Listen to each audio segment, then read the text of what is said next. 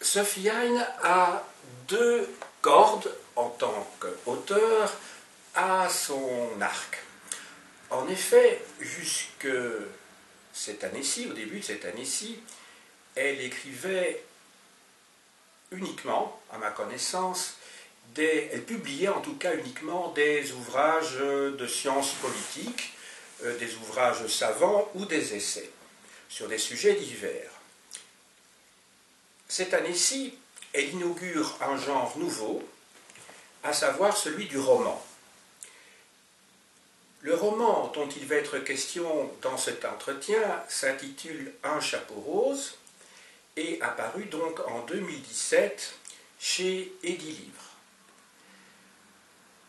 Elle a sous presse d'ailleurs un second roman dont il ne sera pas question aujourd'hui, mais dont elle nous dira peut-être un petit mot tout à la fin de cette interview.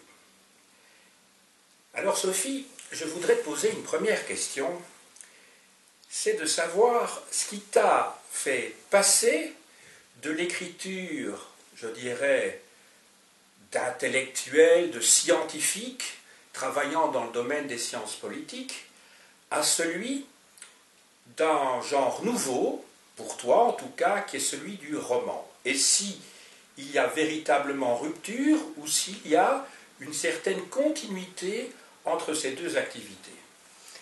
Voilà, tout d'abord, merci Jean-Michel de m'avoir invité une seconde fois, puisque j'ai déjà fait une interview sur l'un de mes livres sérieux et plus politologiques ou sociologiques et genre aux libertés, avec toi donc. Alors pour répondre à cette question qui est en effet fondamentale, et qui est une question que je me pose encore d'ailleurs régulièrement, je voudrais d'abord préciser que je n'ai pas arrêté cette écriture plus académique, plus politologique, on va dire, ou plus sérieuse selon certains. Donc je continue à écrire des articles, surtout à faire des rapports.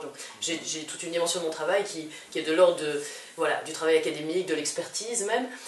Mais la raison pour laquelle je suis passée à l'écriture de romans, c'est parce que je ressentais une certaine frustration et une certaine insatisfaction quant au travail d'écriture purement académique ou purement même engagé dans l'écriture d'essais. Je ressentais une certaine insatisfaction par rapport à l'impact de ce travail, et je vais peut-être ressentir la même insatisfaction dans l'écriture romancée, mais le lien entre mon travail intellectuel et mon écriture intellectuelle et mon début d'écriture romancée est tout de même celui de l'engagement. Donc je ne pense pas que je vais devenir une romancière qui sera détachée des questions sociopolitiques. On va l'aborder, hein, mais je veux dire, ce livre, Un chapeau rose, est un livre qui aborde des thèmes qui sont très liés aux thèmes que j'ai abordés dans mon dernier essai, Genre aux libertés, ou dans les écrits que j'ai pu faire sur les droits des femmes, etc. Et donc pour moi, le roman, c'est une autre façon de m'exprimer, qui correspond à certains besoins purement égoïstes. Je pense qu'il y a dans toute action humaine et dans l'écriture, a fortiori, une dimension égoïste. Je pense que je retire plus de plaisir, ou que l'effort est moindre dans l'écriture de fiction, pour moi. J'en retire davantage au moment même de l'écriture, mais je pense qu'il y a aussi un essai, une volonté de transformation qui est toujours là, de transformation du monde. Évidemment, ça peut paraître un peu ambitieux, mais je ne crois pas à l'écriture gratuite, ça n'a pour moi aucun intérêt, sinon on n'essaierait pas d'être publié. Et donc je pense que l'écriture engagée, qu'elle soit sous forme académique ou d'essai ou d'articles ou même d'expertise ou sous forme de roman, l'écriture engagée vise à refléter l'impact de la réalité sur l'auteur et en même temps à tenter de transformer cette réalité. Donc la façon dont je définis l'engagement, pour moi l'engagement c'est être imprégné de ma réalité bien entendu, mais aussi de la réalité que j'observe à l'extérieur et que ça se reflète dans mon écriture, mais aussi d'essayer de faire en sorte que cette écriture, consciemment ou inconsciemment, ait un impact sur le réel. Et quand je dis un impact sur le réel, de nouveau, ce n'est pas une ambition purement narcissique de laisser ma marque, il y a toujours un peu de ça, mais ce n'est pas ça, ça ne va pas dans tous les sens, c'est clairement essayer d'avoir un impact dans le sens de contribuer à faire prendre conscience de certaines injustices ou certains problèmes du point de vue de l'objectif de justice sociale, et peut-être de donner une petite contribution au changement en vue d'une plus grande justice. Donc voilà, c'est absolument pas gratuit. C'est ça. Donc quelque part, sans le vouloir peut-être consciemment, tu rejoint la 11e thèse de Marx sur Feuerbach, la phrase très connue, selon laquelle jusqu'à présent les philosophes n'ont fait qu'interroger le monde, ont pensé le monde, maintenant il s'agit de le transformer. Oui, bien sûr, voilà, j'ai beaucoup de sympathie pour le marxisme et je suis à certains égards, voilà, dans mon rapport à certains sujets proches du marxisme, mais je suis aussi très critique. Oui, mais oui. je suis d'accord avec cette phrase qui, voilà, le jeune Marx, hein, je suis d'accord avec ce rapport, voilà, ce rapport au travail intellectuel. Et pour moi, écrire un roman, c'est un travail intellectuel. Tout à fait. Maintenant, plus précisément, pour rester dans cette question-là, je m'interroge sur le déclic.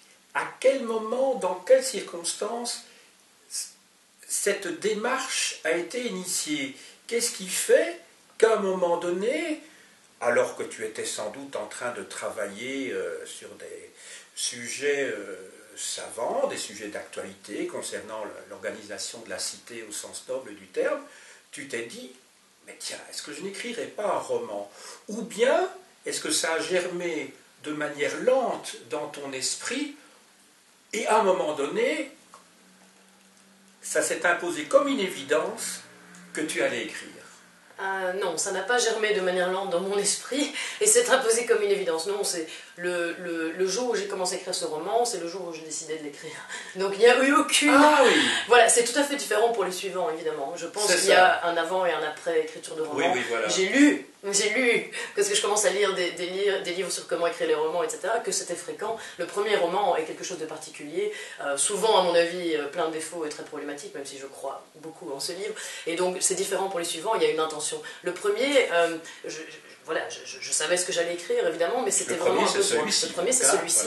Voilà, oui. Il y avait vraiment un besoin d'écrire autre chose que de l'analyse, ou même de la prescription sociopolitique, ou de philosophie politique, qui est née à ce moment-là d'une insatisfaction par rapport au réel, en général, ça j'ai depuis toujours, mais par rapport à mon réel en particulier, une sorte de besoin. C'est né aussi d'un moment de crise, comme on en a déjà discuté, je t'avais dit ça, on a tous des crises dans sa vie, et on utilise les ressources qu'on a. Une de mes ressources, c'est l'écriture. Et l'écriture que j'avais utilisée jusqu'à présent n'était pas suffisante pour m'aider à sortir de cette crise. Donc il y avait une dimension égoïste, égocentrique, égoïste, mais après, voilà, une fois que je me suis mise à écrire, je me suis rendu compte, c'est pas purement inconscient, qu'il y avait d'autres moteurs également, qui n'étaient pas purement tournés vers mes propres dilemmes existentiels, on va dire. Ça va bien au-delà. Et qui pouvaient donner du sens, je dirais, à la compréhension du réel et à la compréhension des rapports hommes-femmes, le problème de la féminité, tous thèmes qui vont être abordés comme on reviendra là-dessus dans quelques minutes. Donc, juste un point en plus, oui. Dans mon insatisfaction par rapport à l'écriture classique, ou celle que j'ai considérée comme classique pendant longtemps, il y a quelque chose de très précis, c'est aussi la difficulté à entrer en conversation et en dialogue avec autrui. Et je pense que l'écriture de fiction aide énormément, parce que forcément on crée des mondes, on crée des histoires dans lesquelles il y a des personnages qui dialoguent, donc on est en permanence en dialogue. Évidemment, il faut faire attention à savoir ne pas perdre pied, savoir que c'est pas la réalité, on le sait bien. Mais donc il y a cette dimension-là, on n'est jamais seul, on vit avec ces personnages. Après, il y a le deuil, une fois qu'ils sont partis, ils sont sur papier, mais ils sont plus dans notre tête, ils sont plus avec nous. Mais il y a aussi une dimension de dialogue avec le lecteur qui va être très différente, et je commence seulement à l'expérimenter maintenant. C'est pas du tout, les réactions qu'on a des lecteurs ne sont pas du tout les mêmes que les réactions par rapport à des essais, à des écrits académiques ou des pseudo-académiques, ou de think tank. Rien à voir, c'est totalement différent. Et donc ça apporte énormément. Parce que je pense que qu'est-ce que vivre si ce n'est une relation, une vie humaine épanouie n'est rien d'autre qu'une vie pleine de dialogue, d'interaction, d'échange. Voilà. Et pour moi, l'écriture, c'est ça aussi. C'est pas un travail solipsiste. D'accord.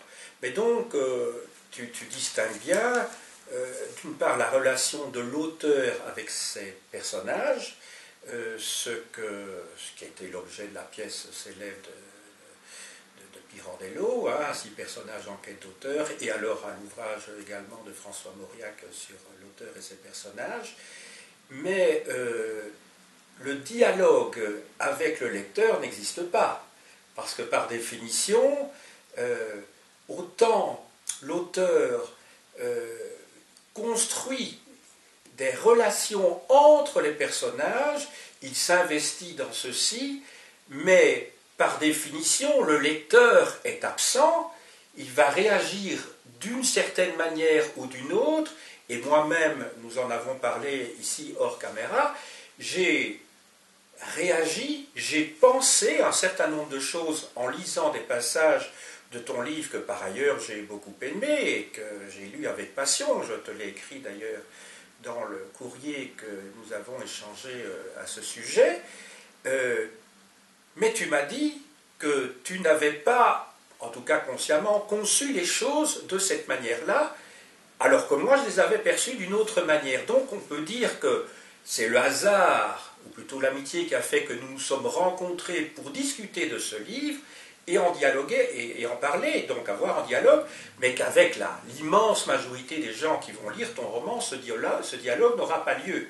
Oui, ça c'est par définition. C'est toujours le cas quand on écrit. Par définition. C'est l'une des grandes frustrations de l'écriture, c'est que la plupart des gens qui écrivent, en tout cas quand je parle à d'autres écrivains au sens large, même s'ils n'écrivent pas de romans, ils ont cette même frustration, c'est qu'on écrit pour un public, un certain public, on a toujours un public en tête quand on écrit, tu le sais toi-même, et en général, soit on n'a pas de retour de ce public-là, il est là mais on n'a pas de retour, soit on a un tout autre public. Et donc il y a une énorme frustration, mais on a quand même toujours un public, à moins, bon alors ça c'est vraiment triste, mais j'ai eu la chance d'avoir toujours eu un public, même petit, j'ai toujours eu un public. Et donc, je veux dire, c'est ça qui m'intéresse, c'est d'avoir le public, l'échange, le dialogue, d'être remis en question, de comprendre davantage les thèmes que j'ai abordés dans mes écrits grâce à cet échange et à ce dialogue. Et il y a une dimension narcissique de me comprendre moi-même à travers ça, mais c'est aussi vraiment de comprendre les thèmes. Il y a une quête, il y a une volonté d'apprentissage, de compréhension. C'est assez humble finalement comme travail. Et c'est un lieu commun de le dire, donc c'est pas moi qui ai inventé cette formule, on ne sort jamais indemne de l'écriture d'un roman. Oh, on en sort grandi, on en sort oui, mais quand je dis indemne, c'est pas dans son sens de bouleversement au point d'être blessé et mutilé, mais indemne, on n'est plus le même, c'est ça que je veux dire. Oui, ça non, moi je pense que je suis la même avant et après, mais c'est sûr que ça peut avoir il peut y avoir une dimension d'apprentissage très forte, une dimension même thérapeutique parfois, mais que d'autres activités parfois plus simples ont également. Non, moi ce que j'aimerais c'est que le lecteur ne sorte pas indemne de la lecture. Ça c'est très ambitieux. Voilà. Maintenant nous allons passer peut-être à ce qui intéresse sans doute encore davantage les auditeurs et les auditrices ici, c'est à l'essentiel, c'est-à-dire à la thématique du livre. Alors, est-ce que tu pourrais nous expliquer, et quand je dis thématique, c'est la thématique générale, je ne parle pas des problématiques particulières sous-jacentes que tu as voulu faire passer et éventuellement tenter de résoudre. Nous en parlerons dans une question ultérieure. Ici, la question que je te pose est celle de la thématique générale du roman. Est-ce que tu peux nous en dire quelque chose, tout en n'en dévoilant pas trop, sinon évidemment on n'aura plus envie de lire ton livre. Ça va de soi. Voilà, l'amorce autrement dit. L'amorce, oui. Et bien donc le personnage principal, c'est une jeune femme qui s'appelle Ophélie, et qui... mais le roman commence... dans une phase de crise du personnage principal, donc pour être plus précis, elle sort d'un avortement qu'elle a très très mal vécu, et elle va à une réunion familiale, et elle trouve par hasard, elle s'échappe à un moment donné, et elle trouve dans un endroit un peu caché, un peu secret, dans une vieille malle, un chapeau de mode ancienne, un chapeau rose, avec un petit ruban bleu. Je vais peut-être montrer la couverture du livre, donc chez Edilivre. Et c'est peut-être, avant de poursuivre, pourrais-tu nous expliquer ce que représente cette photo? Oui, j'ai eu de la chance, c'est un avantage des petits éditeurs, c'est qu'ils laissent certaines libertés que les grands éditeurs ne laissent pas, c'est que j'ai pu proposer ma propre couverture, donc c'est une photo que j'ai prise moi-même à Oxford. Donc dans un des collèges d'Oxford, plein de magnifiques collèges et plein de magnifiques petits recoins. Et on aura l'occasion de reparler d'Oxford évidemment un peu plus tard. Ce n'est pas par hasard qu'évidemment il s'agit d'un collège d'Oxford. Voilà, donc tu parlais de ce chapeau rose. Voilà, donc elle découvre un chapeau rose et immédiatement elle est fascinée par ce chapeau et elle sent que ce chapeau va lui apporter quelque chose et bon, elle est perdue, presque désespérée, même on peut dire au début. Et en effet, le chapeau lui apporte quelque chose d'extraordinaire puisque quand elle le porte, pas immédiatement, mais après il se passe pas mal de choses, mais dans certains états émotionnels forts, le chapeau la transporte instantanément dans différents endroits. Et bien Ophélie se rend compte, à chaque fois qu'elle est transportée dans l'un de ces endroits, qu'elle a une existence qui est déjà là, dans ces différents endroits. Donc il y a Bruxelles, qui est sa ville principale, et puis il y a d'autres villes. Donc c'est à chaque fois des villes, hein. Il y a Berlin, il y a New York et il y a Oxford. Et dans chacune de ces existences parallèles, mais pas simultanées, donc elle est bien une. Hein. Oui, mais elle découvre une vie, une autre, parfois elle a un autre prénom, elle a une existence, parfois un travail, souvent en fait, à chaque fois une vie amoureuse, et donc ce chapeau est à la fois quelque chose qui lui permet de sortir de son quotidien, de sa routine, de sa déprime, puisqu'elle est extrêmement dépressive suite à cet avortement, et en même temps une sorte d'instrument de malédiction, puisqu'elle vit des choses assez terribles dans certaines de ses existences, assez noires, aussi des choses très positives. Et donc, à travers ces déplacements au chapeau rose, Ophélie va être dans une quête, en fait, une recherche. Et là, on peut aborder les thèmes, sur quoi porte cette quête et cette recherche, mais l'histoire, vraiment, c'est celle-là. Et donc, il y a plusieurs histoires d'amour. Donc au premier degré, il y a d'autres degrés que tu évoqueras sans doute un peu plus tard, dans le cadre des relations humaines ou des valeurs sous-jacentes qui apparaissent dans le cadre de ces conflits ou de ces, comment dirais-je, de ces relations peut-être fusionnelles, dans le cadre de ces relations humaines. Mais la question est... voilà, tiens, j'ai un petit trou de mémoire. Qu'est-ce que je voulais dire? Au premier degré, au premier degré, l'histoire. Oui, au premier degré. Ce chapeau rose, tu as choisi cette couleur en fonction de... C'est un signe, un message, un stéréotype que tu envoies au lecteur pour qu'il identifie une problématique, ou cette couleur a, comment dirais-je, n'a pas de fonction particulière? Non, c'était très délibéré. Oui. Donc le chapeau rose, la couleur rose, et puis un petit ruban bleu, fait clairement référence à la féminité ou au féminin. Donc, dans mes écrits plus académiques, j'utilise les deux termes, même s'ils ne signifient pas la même chose. Donc il y a vraiment toute une réflexion qui porte sur la condition féminine, et l'histoire d'Ophélie est intrinsèquement liée à sa condition féminine. Mais le ruban bleu révèle quelque chose de masculin, évidemment. Et bon, comme on en discutait hors caméra, le fait que cet instrument qui représente d'une certaine façon la féminité ou la condition féminine soit quelque chose que l'on puisse mettre et enlever, porter et puis enlever, est évidemment très significatif également sur ce qu'est Ophélie, sur ce qu'est ce personnage. Est-ce que dans son cas la féminité n'est pas quelque chose d'extérieur à elle, ou est-ce qu'il n'y a pas quelque chose d'aliénant? Donc il y a une réflexion, enfin une histoire, parce que c'est pas un ouvrage académique, là je parle de ce que j'ai voulu exprimer en tant qu'intellectuelle, mais l'histoire elle-même met vraiment en scène une femme qui est aux prises avec les contraintes, voire les déterminismes qui sont intrinsèquement liés à sa condition féminine. Donc je parlais de l'avortement du début de l'histoire, qui est vraiment l'ouverture de l'histoire, qui est quelque chose que uniquement les femmes peuvent vivre, mais il y a d'autres éléments. Il y a la question de la violence dans le couple. Bon, je sais que c'est très controversé, mais dans l'immense majorité des cas, la violence domestique est quand même le fait des hommes contre les femmes. Dans ce roman, la violence entre hommes et femmes est violence physique, mais aussi violence verbale, parce que certains appellent violence psychologique. Donc ça, c'est de nouveau quelque chose qui est de nos jours encore intimement lié à la condition féminine. Il y a même la question du viol qui est abordée, tout ça à travers l'histoire, évidemment. Il y a le rapport au désir et à l'amour, vécu par une femme qui est assez particulière tout de même, qui est donc ce personnage Ophélie, qui est aussi en partie déterminée par certaines contraintes, la norme du féminin, mais bon voilà, ce n'est pas vécu comme le personnage ne se pose pas forcément ces questions-là, mais la façon dont le rapport à l'objet, enfin le rapport à l'objet de désir, le fait d'être désiré, etc. Le personnage principal, donc l'héroïne Ophélie, vit ces choses-là comme une forme d'aliénation, et donc toute l'histoire met en scène cette sorte cette trajectoire, en fait, ce chemin vers la liberté, cette tentative d'être en chemin vers la liberté, mais comme on en discutait tout à l'heure, je ne suis pas sûre que l'issue soit extrêmement positive, que la conclusion soit forcément optimiste, en tout cas du point de vue de cet objectif de liberté. Mais il y a des thèmes très heureux, il y a des thèmes très positifs, voilà, la question de l'amour, de la famille, etc. On va y revenir.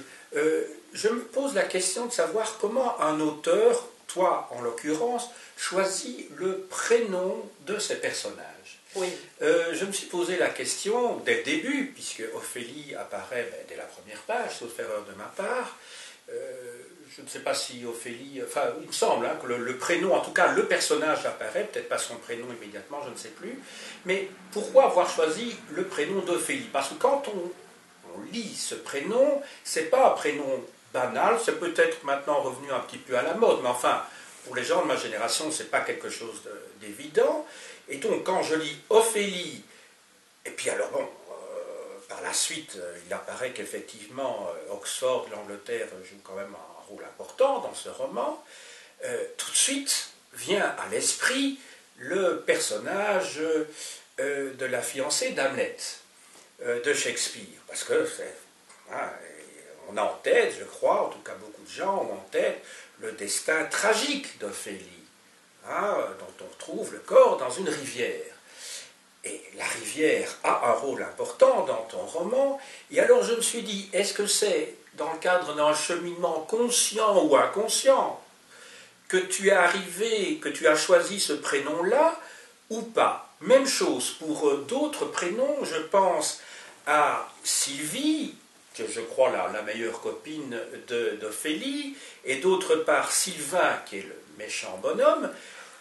Il y a la même étymologie dans les deux cas qui, comme ceux qui ont fait un petit peu latin le savent, renvoie à Silva qui veut dire, ou Silva qui veut dire la forêt, et qui renvoie donc à la notion de sauvagerie. D'ailleurs, le mot sauvage vient du mot Silva. Alors je me suis dit, consciemment ou inconsciemment, parce que je ne sais pas comment tu as procédé au choix de ces prénoms, mais est-ce qu'il y a justement cette idée de forêt, de sauvagerie qui est sous-jacente, d'autant plus que la nature joue un rôle important dans ton roman, à Oxford en tout cas, pas dans les autres villes, me semble-t-il. Il est question à un moment donné de Central Park à New York, je crois, mais enfin bon, c'est surtout à Oxford que la nature est très présente. Et alors, d'autant plus que Sylvain et Sylvie jouent des rôles tout à fait différents, bien entendu. L'une est la complice, et l'autre, c'est, je n'en dirai pas plus, mais c'est le méchant, si je puis dire. Voilà, je n'en dirai pas plus. Alors je me posais la question de ce choix des prénoms, parce que ce n'est pas indifférent pour moi. Non, mais bon, pour répondre sur les deux points précis, parce qu'après il y a d'autres prénoms, sur le prénom d'Ophélie, là c'était assez délibéré, donc même si je ne suis pas du tout une spécialiste des grandes œuvres classiques, je savais que le prénom d'Ophélie évoquait un destin tragique. Voilà. Donc c'est en partie pour ça que j'ai choisi Ophélie. Aussi parce que je trouve que c'est un très joli prénom rare. Aussi parce qu'il y a une certaine résonance avec le mien. Parce que je ne cache pas que certaines de Sophie, Ophélie, certaines... oui, donc ça c'était délibéré. Je n'avais pas pensé. Parce que dans d'autres romans ça ne sera pas le cas. Sophie qui veut dire la sagesse. Mais bon, il y a aussi des résonances entre Sophie et Sylvie. Mais donc...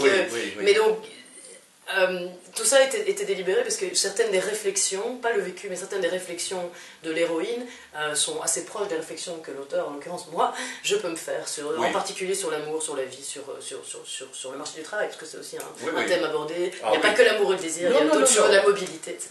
Donc c'était pour ça, Ophélie, destin tragique, même s'il y a quand même une fin qu'on peut interpréter comme heureuse, même si du point de vue de l'objectif de la liberté c'est plus nuancé. Sur Sylvie et Sylvain, là j'avoue que c'était totalement non voulu, je ne connais pas l'étymologie des prénoms, et donc, mais ça peut-être que inconsciemment je devais savoir ça, parce qu'en effet, le personnage de Sylvain reflète une forme de sauvagerie noire, obscure, puisque donc c'est vraiment un personnage, je riais quand tu disais le méchant, mais certains lecteurs m'ont dit, il y a, à un moment donné, il fait moins peur dans l'histoire, mais c'est quand même un personnage assez effrayant, et qui en tout cas effraie l'héroïne, effraie certains des autres personnages également. C'est un personnage très noir, très sombre, très mauvais même. Oui, c'est pour ça que j'ai dit le méchant. Voilà, mais donc sauvage, par contre Sylvie, qui est, on peut dire, la touche de joie avec un autre personnage masculin, donc Matt, qui est aussi une forme de touche de joie et de légèreté. Sylvie est le personnage féminin léger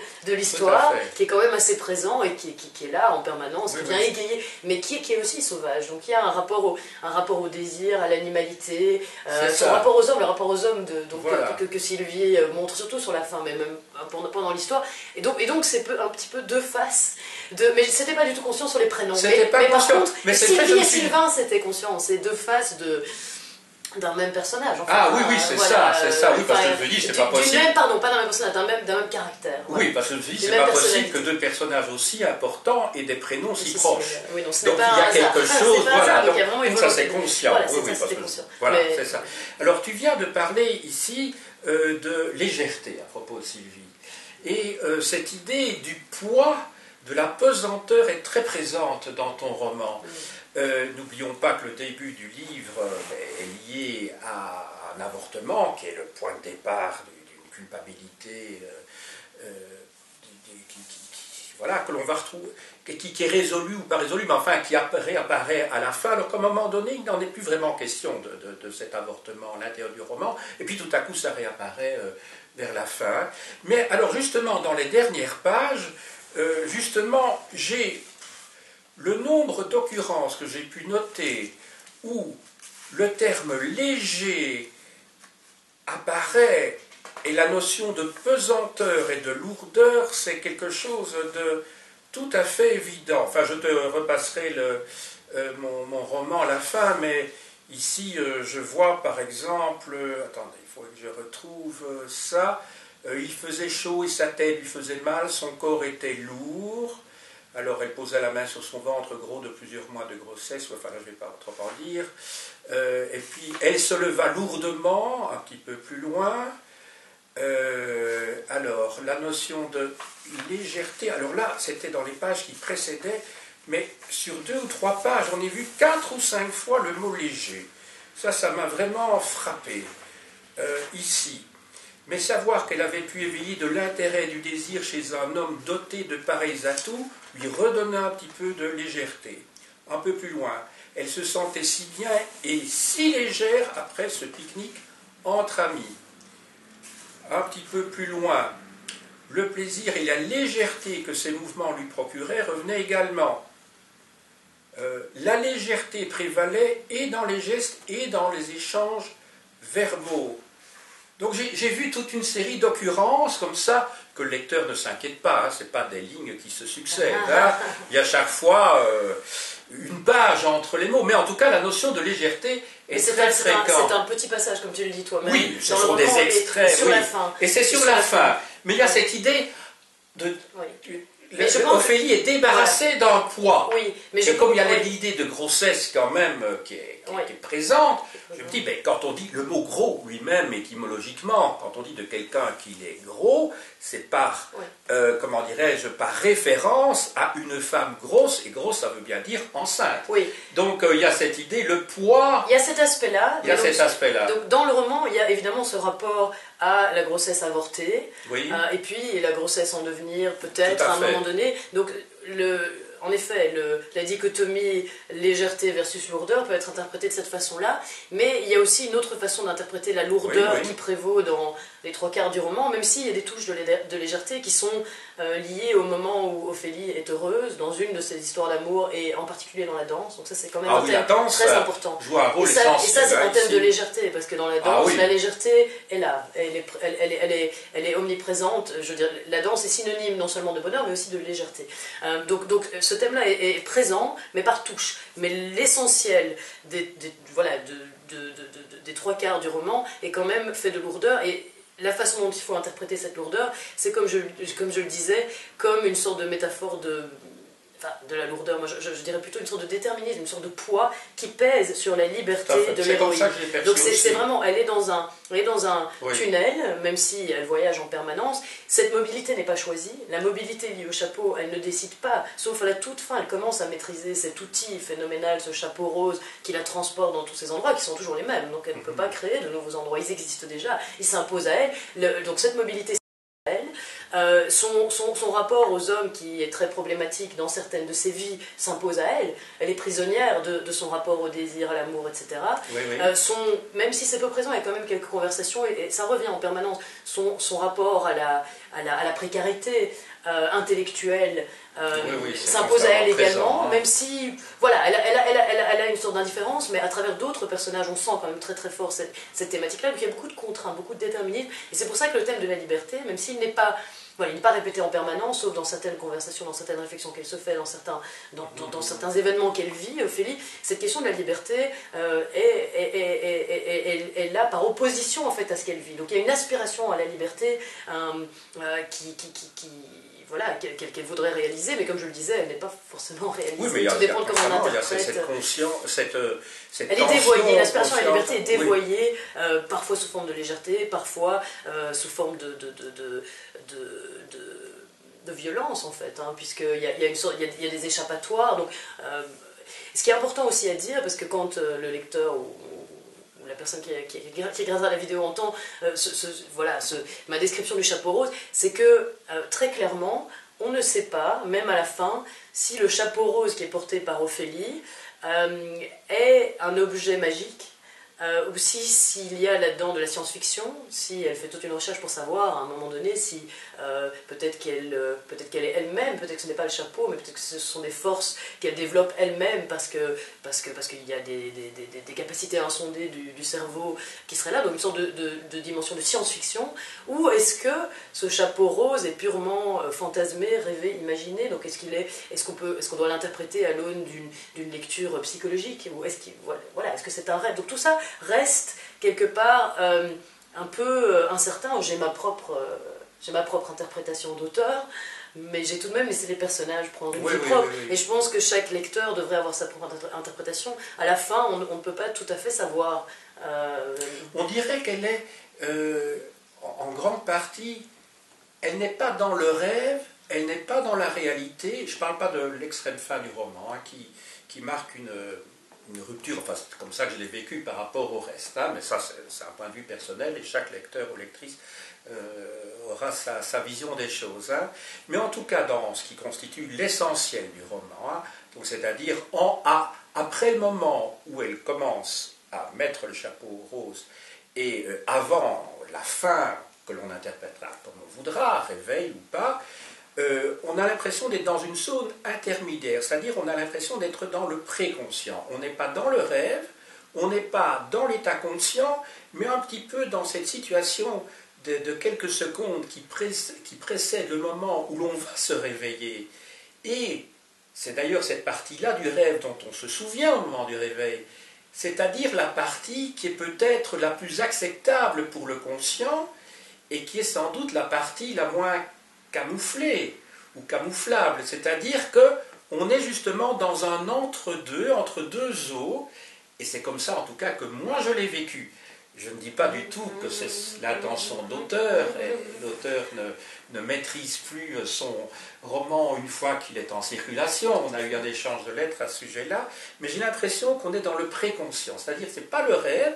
À certains moments, le rêve tourne au cauchemar, d'ailleurs, on peut le dire. Donc, c'est un rêve prenant, oui. Hein, on peut le dire. Et hein. un peu long. Et un peu Comme long. un rêve un peu long, je dirais, le vieillot. Oui, oui. Mais Ophélie, le personnage principal, elle est persuadée, sauf peut-être au tout début, quand elle commence à vivre ces situations incroyables en portant son chapeau, elle est persuadée que ce qu'elle vit est réel. Elle essaie même d'utiliser sa raison pour tester, pour voir en effet si c'est réel ou pas. Donc je pense qu'on peut prendre le roman de cette façon-là et comprendre à la fois l'histoire et profiter de l'histoire, parce que même si quelqu'un m'a dit, voilà, le lecteur n'a pas beaucoup de répit. C'est quand même un roman qui nous laisse un peu en haleine. Il y a un aspect, la maison d'édition l'a catalogué comme thriller psychologique. Donc il y a un aspect un peu thriller. C'est vrai qu'il y a un côté donc thriller. On peut en profiter dans il y a un ce côté sens obsessionnel, c'est-à-dire qu'on croit qu'on va aboutir, et puis c'est relancé, parce qu'on se retrouve dans une mais il y a des moments de légèreté, il y a des respirations, il y a du bonheur. Donc on peut le lire uniquement comme ça, ou on peut essayer d'y voir des thèmes sous-jacents. Moi, évidemment, en tant qu'auteur, j'ai quand même beaucoup réfléchi avant, pendant et après. Faire plusieurs lectures, et on peut faire plusieurs. Je pense qu'il y a plusieurs lectures possibles. Elles ne sont pas exclusives l'une de l'autre. Elles ne sont pas exclusives l'une de l'autre, mais je ne pense pas qu'il est nécessaire d'essayer de comprendre tous ces thèmes que moi j'ai voulu, consciemment ou inconsciemment d'ailleurs, mettre dedans pour en profiter, parce que j'ai eu beaucoup de réponses très positives de gens qui ont juste lu l'histoire, en fait, qui ont trouvé que c'était une histoire, voilà, à la fois prenante et stimulante. Donc voilà. Mais sur la question du rêve ou pas, comme je le dis, ça pour moi c'est au lecteur de décider. Voilà, mais Ophélie est persuadée que ce qu'elle vit est réel, même si elle a du mal à accepter cette réalité et à la gérer. Cette réalité pour elle est réelle. On en parlait tout à l'heure, juste avant de commencer cette interview, donc hors caméra. Tu as utilisé l'expression « elle est dans un tunnel », et j'ai bien entendu ce que tu as dit tout à l'heure, tu as utilisé cette expression. Et puis moi-même, de mon côté, j'ai utilisé l'expression « elle est dans une sorte d'entre-deux », ce que toi tu n'as pas dit, hein, donc j'assume. Et je pensais à cette brique de conversation que nous avons eue tout à l'heure quant à ces deux murs, hein, qui se referment à deux reprises sur l'héroïne principale, Ophélie. Et ça ne se termine pas de la même manière dans les deux épisodes, par ailleurs. Est-ce qu'il n'y a pas justement, et là, ton interprétation, c'est que les deux murs qui se referment, dans un roman fantastique d'Edgar Poe ou de Jean Rey, pour toi, ça évoque la notion de contrainte, si j'ai bien compris, hein? Et puis il y a cet échappatoire, il y a la liberté qui est au bout, non pas du tunnel, mais de la rue, qui est en train de se refermer et qui va presque avaler, manger l'héroïne, Ophélie. Et moi, j'en faisais une lecture psychanalytique, mais enfin, bon, qui ne relève que de ma propre perception des choses, puisque ça part d'un avortement, ce roman, et puis, bon, on a l'impression que, voilà, c'est l'enfant, Ophélie elle-même, qui est l'enfant qu'elle n'a pas eu finalement et qui ne parvient pas à sortir justement de la mer dans un cas, enfin qui sort dans un premier cas et puis qui ne sort pas dans le second parce qu'elle ne ressent pas la même chose d'ailleurs. Je voulais savoir comment toi tu perçois un petit peu les choses. Évidemment ici tu entends un lecteur qui a sa lecture, donc évidemment c'est toi qui es plutôt ici l'analyste et moi le Kobe, si je puis dire, on est bien d'accord. Mais toi, c'est vraiment lié à une des problématiques essentielles du point de vue intellectuel cette fois, pas du point de vue, même si pour toi le roman n'est qu'une mise en forme sous un autre angle d'une problématique que l'on trouve aussi dans ton dernier livre, Genre ou Liberté. Même si je ne donne pas la même réponse. Même si tu ne donnes pas la même réponse. Je pense que le roman est instructif et pédagogique pour l'auteur lui-même. Parce que l'une des raisons aussi pour lesquelles, désolé, puis je vais répondre à ta question sur les murs, l'une des raisons pour lesquelles j'ai oublié d'évoquer tout à l'heure, pour lesquelles je me suis mise à écrire des romans, c'est aussi que je me suis rendu compte des limites, non seulement de la capacité à transmettre le message quand on écrit sous forme académique, pseudo-académique ou d'expertise, etc., mais aussi des limites du travail d'analyse et d'écriture lui-même, à partir du moment où on reste prisonnier d'un carcan qui se veut rationnel, scientifique ou pseudo-scientifique. On utilise des méthodes, comme tu le sais très bien, dans une structure bien particulière, des méthodes aussi de lecture de la réalité. Et je pense que le roman donne accès à d'autres choses, à partir du moment où on parle de façon beaucoup plus qualitative d'expériences vécues par soi-même, par d'autres personnes, de façon fictive évidemment, mais donc ça donne accès à d'autres choses. Et donc j'apporte une réponse peut-être différente en fait dans le roman, qui n'est pas forcément ma réponse, mais l'histoire apporte une réponse différente à cette question du dilemme entre condition féminine et liberté. Donc je le rappelle, mon dernier ouvrage d'expertise, mon dernier ouvrage académique s'appelle Genre ou liberté vers une féminité repensée. Donc il y a clairement dans le titre Genre ou liberté. Je peux le dire, paru en 2015 chez l'Harmattan. Oui, et donc clairement, c'est pour faire un peu clairement mon analyse intellectuelle est que le genre qui n'est pas la même chose que le sexe, mais le fait d'être catégorisé comme homme ou comme femme dans une société bien déterminée qui est la nôtre, le genre s'oppose à la liberté, et en particulier le genre féminin. La question du genre masculin est autre chose que je traite ailleurs. Et donc, dans ce roman, je traite de ce sujet-là, avec plein d'autres sujets également, et toute une histoire, etc. Et j'apporte une réponse différente à partir du moment où l'héroïne finit par ne pas être libre, en fait, par avoir l'impression qu'elle ne peut pas, dans sa condition féminine, être libre. Et la question de la liberté, est-ce que la liberté est possible quand on est femme, est déjà, on y répond déjà négativement au début du roman, par ce terrible choc qu'elle a après cet avortement qui, comme je disais, ouvre l'histoire, et qui est donc, je m'inscris complètement en contradiction par rapport à la vision dominante dans les études de genre et même dans les combats féministes de l'avortement comme étant une liberté. J'ai écrit des textes courts là-dessus. Je crois que l'un des titres, c'est avortement, liberté ou vulnérabilité. Clairement, pour moi, l'avortement n'est pas une liberté. Et donc voilà, donc je réponds déjà à la question au début du roman, mais tout le roman est une quête. Cette prisonnière, cette Ophélie, cette héroïne essaie d'être libre. Et en permanence, son histoire, ses histoires, parce qu'elle vit beaucoup d'histoires, et certains des personnages lui rappellent qu'elle ne peut pas être libre. Et donc, en effet, les murs, elle y échappe une première fois, les murs roses, et la deuxième fois, elle n'essaie pas d'y échapper, elle se laisse engloutir. Et on voit ce qui se passe après, on voit dans le roman ce que ça signifie. Et de nouveau, c'est très... c'est tout à fait ambivalent, hein. Ce n'est pas unilatéralement négatif. Mais tous les personnages sont aussi ambivalents, je trouve, dans le livre. Il y a une ambivalence permanente. Mais tous les personnages sont ambivalents. Il n'y en a pas un qui est, comme on pourrait imaginer que, par exemple, la figure de l'homme se trouve stéréotypée chez les différents personnages qu'elle aime dans le roman. Mais non, chacun de ces personnages est lui-même ambivalent. Oui, c'est pas aussi simple qu'on pourrait l'imaginer, avec le gentil, le méchant. Non, c'est pour ça que c'est pas un roman pour enfants, même s'il y a des ingrédients de contes philosophiques et des aspects fantastiques que l'on trouve d'ailleurs dans des contes pour enfants, mais enfin c'est quand même un roman pour adultes. Tout à fait. Tout en ayant des ingrédients. C'est ce qui fait que, voilà, donc au moment où on le lit, on a des réminiscences de choses, voire même de dessins animés de Walt Disney qu'on a vus quand on est enfant. Tout simplement l'idée du prince charmant, parce que Matt c'est quand même... c'est le prince charmant, mais en même temps, il a aussi ses faiblesses et tout. C'est pas le super-homme comme on pourrait l'imaginer. Il avance, il recule. Évidemment, c'est évidemment un décalage par rapport à Ophélie, donc quand on recule, donc c'est un peu un jeu d'échecs, hein, si je puis dire. Enfin, la notion de jeu d'échecs s'applique plutôt aux méchants, à Sylvain. Mais enfin, on est quand même sur un jeu là où... Qui correspond à certains égards beaucoup plus à la figure de la masculinité. Sylvain, le personnage sombre, est très proche des canons dominants de la masculinité. Donc, c'est stéréotypes. La réalité, c'est à discuter. Oui, non, mais ça, quand je dis figure, je veux dire la norme. C'est là qu'il y a peut-être un aspect un peu pédagogique aussi du roman, et qui peut...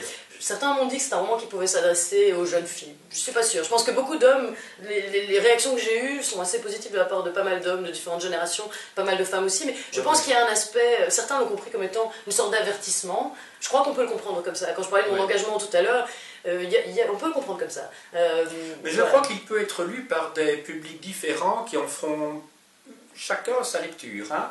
Mais je crois qu'effectivement, le public des adolescents aimera beaucoup ce roman. Ça, c'est mon point de vue. Maintenant, c'est pas du tout pour déconsidérer le roman, parce que moi, je l'ai lu, on ne peut pas dire que j'ai vraiment une tête de poupon. Hein, je l'ai lu avec beaucoup de plaisir, avec beaucoup de passion, mais je crois que ça peut être lu par des adolescents. Donc l'idée que ce soit lu par des adolescentes ou des adolescents, ce sera plus facilement lu quand même, je crois, par des adolescents. Je crois que pour les hommes, il faut, me semble-t-il, avoir connu un certain nombre d'expériences pour entrer dans les personnages. Je ne suis pas sûr qu'un adolescent, je parle d'un jeune garçon, rentrera dans les personnages. Une jeune fille, peut-être, il y a ce côté initiatique, parce que pour moi, et nous en avons parlé hors caméra, c'est un roman initiatique. Au dos de la couverture, tu dis que ce roman se trouve à mi-chemin ou à cheval entre d'une part un conte philosophique, c'est vrai, et d'autre part un récit fantastique. Moi, je l'aurais placé dans une autre catégorie, mais qui n'est pas exclusive des deux autres, de celle de roman initiatique, parce qu'il y a différentes épreuves au sens des initiations en anthropologie. Il y a des épreuves successives avec ce vieux sage qui intervient et qui fait un peu penser, pour ceux qui connaissent Fort Boyard, à ce personnage-là. Non mais entendons-nous bien, mais c'est pas pour caricaturer. Ah, voilà, on imagine, voilà celui qui est porteur d'une expérience réelle, là, et qui, voilà, intervient à un moment donné, après un autre personnage d'ailleurs qui est intervenu plus tôt et qui disparaît, qui est un psychologue, hein. Voilà, mais je ne vais pas en dire plus de ça, parce que sinon... L'aspect roman initiatique est... Donc il y a ce côté initiatique, donc c'est pour ça que on en a discuté aussi, progresse-t-elle, a-t-elle ou n'a-t-elle pas progressé quand on arrive au bout de cette expérience, ou de ces multiples expériences fantasmées, réelles, puisque volontairement, il y a une ambiguïté qui subsiste. Mais pour moi, ce sont des épreuves, et chaque fois, elles progressent d'une manière ou d'une autre. Mais ça, c'est mon point de vue. Je sais que du point de vue de l'auteur, il y a un grand point d'interrogation, d'après ce que j'ai cru comprendre, alors que pour moi, il y a une progression, même si la fin...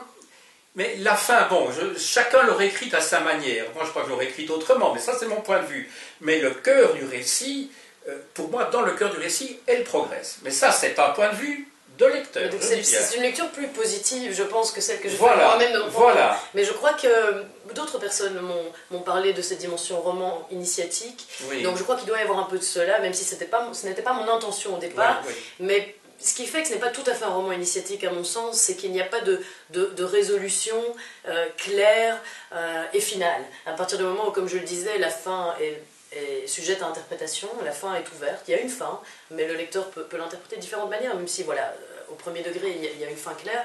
Et surtout à partir du moment où le progrès, de nouveau, est ambivalent et contradictoire. Est-ce qu'il y a vraiment progrès? Tout dépend... à l'aune de quels critères on mesure le progrès. Donc comme je le disais, sur la question de la liberté, il y a peut-être plus acceptation ou résignation, sur la question de la maturité, sur la question du rapport à tout ce qui est lié à la mobilité, à l'instabilité, etc. Il y a une forme de progrès, sur la question du rapport à autrui, du rapport au désir, à l'amour, etc. Le personnage grandit grandit de ses expériences, mais en tout cas, en tant qu'auteur, je ne l'ai pas perçu comme un roman initiatique, mais c'est très bien si... Et d'autres personnes m'ont dit ça, de tous âges, hein, qu'ils avaient l'impression que c'était une forme de... Mais bon, ça aurait été très ambitieux et très arrogant de ma part de dire c'est un roman initiatique, je vais vous expliquer comment femme, parce que bon, le personnage principal est une femme, mais je crois que les hommes peuvent apprendre beaucoup sur un point de vue, c'est un point de vue féminin de toutes ces questions, comme je le disais. Après, il y a des questions universelles, elles sont très situées dans notre milieu occidental, mais qui vont au-delà de l'aspect genre, comme je le disais, le rapport à la mobilité, au travail intellectuel, etc., puisque le personnage principal est quand même une intellectuelle, très mobile. C'est une journaliste, mais elle évolue aussi là-dedans, et donc ça, ce sont des questions... C'est intéressant que tu nous parce que c'est aussi quelqu'un dont le métier est l'écriture. Le métier est l'écriture. Oui. Et il y a un rapport à la contrainte, à la liberté aussi. Ce thème sera beaucoup plus présent dans des romans à venir, mais voilà. Donc ce que je voulais dire, c'est que ce n'était pas consciemment un roman initiatique, mais je suis contente que ce soit perçu comme ça. Alors entendons-nous bien, plutôt que d'utiliser le terme progrès, je vais utiliser un terme que tu as utilisé à un moment donné, je crois qu'il y a clarification par rapport à sa personnalité. C'est pas pour autant qu'elle progresse, qu'elle est mieux qu'avant, mais elle est plus au clair avec elle-même. Elle est plus au clair, elle fait des choix, et elle est tout de même si la liberté n'est pas totale, elle est tout de même capable de décider un petit peu de certaines dimensions de son existence qui lui échappaient auparavant. Donc à ce niveau-là, il y a un progrès. Et en pratique, même si ce n'est pas théorique dans le chef du personnage, en pratique, elle fait un progrès dans son rapport à la vie, à l'amour, etc., puisqu'elle elle va vers le bien, le bon, et donc elle s'écarte du nocif. Donc il y a progrès à ce niveau-là, mais du point de vue de la liberté, c'est plus ambivalent. Mais voici, donc on arrive tout doucement à la fin de cet exposé, parce qu'il ne faut pas en dire trop, sinon on n'aura plus envie de le dire, donc ça c'était une décision délibérée de ma part et de Sophie aussi d'inciter les lecteurs et lectrices potentiels à lire ce roman qui, je le répète, est très prenant. Il est très prenant. Je me souviens d'avoir écrit à Sophie à un moment donné que j'étais passionné, j'ai utilisé ce terme-là, même si effectivement il y a des passionnés. Vous savez, le mot passionné, étymologiquement, je m'excuse, je ne veux pas être pédant, mais puisque c'est mon métier, j'ai tendance à faire beaucoup d'étymologie. La passion, ça vient d'un mot latin qui est pati, qui veut dire ressentir, et qui a donné le mot également souffrir, d'où le mot patient. Hein, et quand je parle de passion, c'est pas passion au sens de l'amour fou que l'on peut ressentir pour quelque chose, c'est que dans le mot passion, il y a aussi le terme pathos grec, c'est-à-dire le terme d'émotion. Donc on est très ému à certains moments, et cette émotion peut aller jusqu'à l'angoisse. En tout cas, c'est le sentiment que le personnage principal, Ophélie, nous transmet au moment de la lecture, cette angoisse qu'elle a. Et donc, je voudrais terminer cet entretien en écoutant ce que tu vas dire, des quelques mots que tu pourrais nous dire sur le roman que tu écris dans le courant de cette année-ci et qui est maintenant sous presse, parce qu'il va bientôt paraître. Il est donc écrit, tu m'as dit, je crois que tu étais dans la correction des épreuves, peut-être même est-ce terminé, donc tu peux même au fond nous donner le titre et nous dire quelle est la thématique pour voir si ce roman-là, ce nouveau roman s'inscrit dans la filiation du précédent, s'il est relié à des problématiques qui se trouvaient dans d'autres livres éventuellement que Genre ou Liberté. Je ne sais rien du tout de ce roman, donc je ne joue pas aux faux ingénus, à l'inverse de ce livre-ci que j'ai lu très très attentivement. Oui, donc oui, en effet, donc le prochain sera publié bientôt. Je l'ai terminé déjà il y a un petit temps, ça prend toujours un long moment malheureusement entre la fin et la publication. Et le titre de ce prochain roman, c'est ambigu, au féminin. Au féminin. Et voilà. Au singulier ou au pluriel? Au singulier, ambigu. Oui. Et donc il est fort différent, je pense, de Un chapeau rose, dans le sens où il est beaucoup plus dépouillé. Je crois que le style est plus direct. Je pense que c'est aussi, c'était volontaire, mais c'est aussi peut-être, je sais pas, une étape dans mon écriture de roman. Donc sur le style, dans le style il est très différent, un peu plus court, oui, plus court, plus dans le dialogue, il y a beaucoup de dialogue. Voilà, les lieux sont beaucoup moins importants. Enfin, le rapport au personnage est fondamental et c'est assez. Donc sur le style, sur la forme, c'est très différent. Le genre aussi, parce que ce n'est plus du tout un conte philosophique ou un roman fantastique ou même un roman initiatique, je ne sais pas, mais il y a des touches de science-fiction, mais c'est assez réaliste. Et dans les thèmes, il y a sans doute des continuités, je pense, puisque la question du genre, au sens genre féminin ou genre masculin, est toujours traitée de façon indirecte, évidemment. Oui. Mais cette fois, je vais beaucoup plus loin, puisque voilà, le personnage principal est un homme. Donc voilà, donc c'est très différent, et j'essaie de comprendre, en tant qu'auteur, j'essaie de comprendre le point de vue masculin. Et donc le thème est un thème qui peut, de nouveau, on peut faire une lecture au premier degré, au deuxième degré, au troisième degré, mais en fait le thème est un thème très ancien de la littérature, mais j'essaie de le traiter de façon originale. C'est en gros le thème de la transformation d'une femme, la transformation physique d'une femme en homme. Donc c'est une femme qui devient un homme, mais ce n'est pas nécessairement lié à la question des transgenres, etc. Même si ça peut être lu. Ça peut être lu comme ça. Effectivement, ça peut être un roman initiatique quand on entend ça. Mais c'est une partie du roman est réaliste, et il y a beaucoup de thématiques liées au marché du travail. Donc je me rapproche de mes idéaux progressistes et critiques de la société actuelle et du système économique actuel, donc c'est très présent dans ce roman-là. Mais il y a des touches de science-fiction, donc voilà. J'essaie de penser un peu au-delà du présent, même si c'est des touches. Voilà. Et donc j'essaie davantage de comprendre les hommes dans ce roman. Ah oui, mais alors là ce serait oui, évidemment, le point de vue est tout à fait différent. Et puis c'est quand même très difficile de se mettre dans la peau, hein, quand même, d'un être qui n'est pas. Alors, le problème de l'essentialité suivant les genres est traité d'ailleurs dans Genre ou Liberté. Oui. Donc ici, c'est quand même une question. hein, puisque le genre s'intéresse à l'image et à la place sociale qu'occupent voilà. Les individus dans dans la quelle société. Dans quelle mesure l'apparence crée le genre. Oui, c'est ça. Voilà, c'est ça. donc c'est C'est ça. un thème qui est traité dans ce roman-là. Dans quelle mesure le traitement différent qu'on subit quand on ressemble à un homme, mais ouais. si à l'intérieur on est une femme, voilà, quelle est la différence? Est-ce qu'elle est positive, négative? De nouveau, beaucoup de contradictions, d'ambivalence, de controverses, ce n'est pas monolithique, et je ne donne pas de... Et il y a voilà, l'amitié est très présente, il y a d'autres histoires. Il y a d'autres thèmes très importants. Il y a d'autres thèmes. Ah oui, voilà. Ah ben c'est très intéressant. Ben il devrait paraître à quel moment? Normalement, dans un mois, quelque chose comme ça. Et chez quel éditeur tu l'as De nouveau, Edilivre. Edilivre, de nouveau. C'est un éditeur français, Edilivre. C'est un éditeur français. Le suivant, là, celui que j'ai commencé à écrire, mais ça me prendra beaucoup de temps pour des raisons d'organisation personnelle et parce que la langue est différente. Le prochain sera en anglais. Et donc, voilà, après, je pense que ce sera un long travail, ce sera beaucoup plus long et je vais faire... Non, mais celui qui va paraître, celui-là est en français. Ah oui, il est en français, voilà, je suis rassuré. Mais je pense qu'il y aurait une... Je maîtrise moins bien l'anglais que le français. Je dois dire, pour ce sujet de la capacité à se projeter et à vivre de l'intérieur l'autre sexe, moi, l'exemple le plus remarquable que j'ai pu avoir en tant que lecteur, c'est l'admirable roman des liaisons dangereuses de Cordelot de Laclos. Ça, pour moi, c'est le sommet.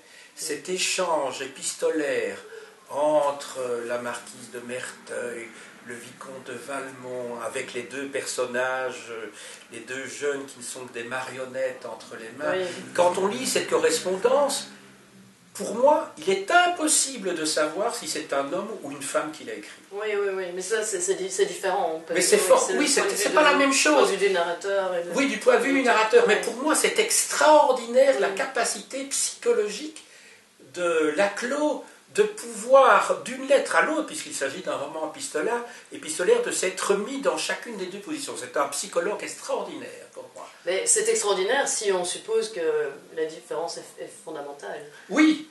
S'il y a vraiment sur ces questions de désir, d'amour, de relation, d'aventure, etc., voilà, il y a des différences fondamentales. C'est ça, bien sûr. En tout cas, c'est le troisième livre sur lequel je t'interroge, puisque je t'ai interrogé à la radio sur Oser penser la gauche, il y a quelques années. Je le signale à nos auditeurs, parce que vous pouvez toujours écouter sur ma chaîne YouTube. Et lire le livre. oui, mais non, mais là, oui, bien entendu. Mais voilà, parce que il est toujours disponible. Il est toujours disponible, Oser penser la gauche. Ah, voilà, c'est chez Aden. Chez Aden. Je pense qu'il est en librairie chez Filigrane, et il est facile à commander sur Amazon. Et puis alors, il y a le livre suivant. Mais tu m'as jamais interrogé pour un individualisme de gauche, mais qui est un tout autre sujet. Non, mais il date de quand maintenant? Il date de 2013, donc c'était après Oser penser à gauche. C'était le raffinement, on va dire, l'élaboration. Mais bon, voilà, après tout ce travail intellectuel, enfin, j'ai fait ma part quand même. Bien sûr. Parce qu'on s'est interrogé. Bien sûr, mais moi ça a été un grand plaisir pour moi, mais c'est vrai que j'ai pas pu. Parce que tu as écrit plus de livres que 4 quand même, tu en as écrit 5 ou 6 maintenant au total. Ça va être le 7e. Voilà, c'est bien ce que je dis. Oui, donc voilà, en tout cas, ça m'a fait un grand plaisir. Je dois dire aussi que dans tes livres scientifiques ou tes essais, tu es extrêmement clair, c'est-à-dire qu'il n'y a jamais non, je veux dire aussi comment dirais-je, le vocabulaire utilisé est accessible à tout le monde. Ce sont des choses intelligentes mais accessibles. C'est très pédagogique. Parce que parfois, quand on lit des ouvrages d'un savant, ce que tu es dans ta spécialité, tout de suite on tombe sur des concepts qu'il faut avoir étudiés préalablement pour savoir exactement à quoi ça correspond dans cette discipline-là. Parce qu'un même mot, suivant la discipline, peut avoir des significations complètement différentes. Pensons aux années 60 où le mot structure, suivant qu'il était utilisé par les biologistes, les physiciens, les philosophes, les historiens, les sociologues ou les politologues ne signifiaient pas la même chose. Ouais. Donc quand on te lit, là je dois dire, et le roman se lit vraiment, ça se lit d'une traite, je dirais, c'est très facile. Vraiment, il y a des messages, je te dirais presque des messages politiques, puisqu'il est question de problèmes politiques finalement. L'héroïne réfléchit beaucoup. Et voilà, quand même, les rapports entre les gens, tout ça c'est de la politique au sens noble du terme, bien entendu. Donc il est question même, oui, ça touche à l'organisation de la cité, l'organisation des rapports sociaux entre les hommes, les femmes, les genres, enfin. Et donc ça se lit tout à fait aisément, mais ça c'est au second degré, si on a envie, quoi, tout est mêlé, hein, pour moi il n'y a pas de distinction. Mais alors au premier degré, ce qui pourrait paraître vexant évidemment, comme si on faisait des hiérarchies entre les lectures et les lecteurs et les lectrices, mais ça se lit vraiment très facilement, voilà. Enfin, je le conseille à tous, donc je remontre cet ouvrage, donc Un chapeau rose, de Sophie Heine, publié chez Édilivre.